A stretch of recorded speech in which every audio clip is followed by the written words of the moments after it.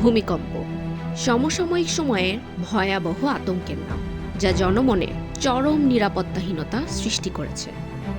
নিরুপায় হয়ে জনগণ ব্যক্তি পর্যায়ে কিছু পদক্ষেপ গ্রহণ করলেও প্রশ্ন থেকে যায়, আদৌ তা কতটুকু কার্যকরী? অন্যদিকে ক্রমাগত আমাদের তথাকথিত শাসকদের জনবিচ্ছিন্নতা ও দায়িত্বহীনতা আমাদের দুর্ভোগকে স্বাভাবিক বাস্তবতায় পরিণত করেছে।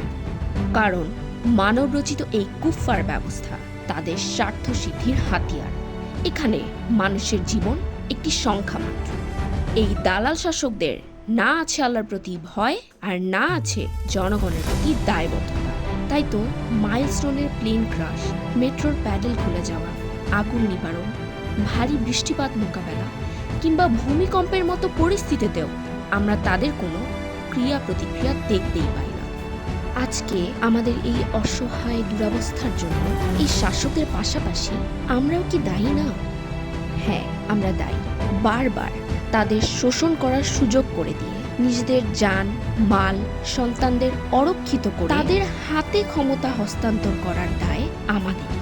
অথচ শাসকদের থেকে এমন অবহেলা আমাদের কখনোই কাম্য নয়।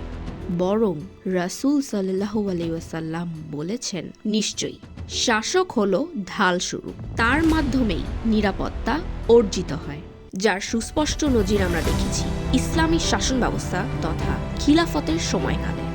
এই শাসন ব্যবস্থা জনগণের প্রতি দায়িত্বশীলতা ও তাৎক্ষণিক জনসেবাকে সর্বোচ্চ অগ্রাধিকার দিয়েছে। উদাহরণস্বরূপ উসমান খিলাফতের ভূমিকম্প ব্যবস্থাপনায় দেখা যায় রাষ্ট্রীয়ভাবে ইমারত তত্ত্বাবধান দপ্তর তৈরি করা হয়েছিল, যাতে দুর্বল ভবনগুলো খুব সহজেই চিহ্নিত করা যায়। ভূমিকম্পে ক্ষতিগ্রস্তদের জন্য বাইতুল মালের জরুরি তহবিল খোলা হয়েছিল।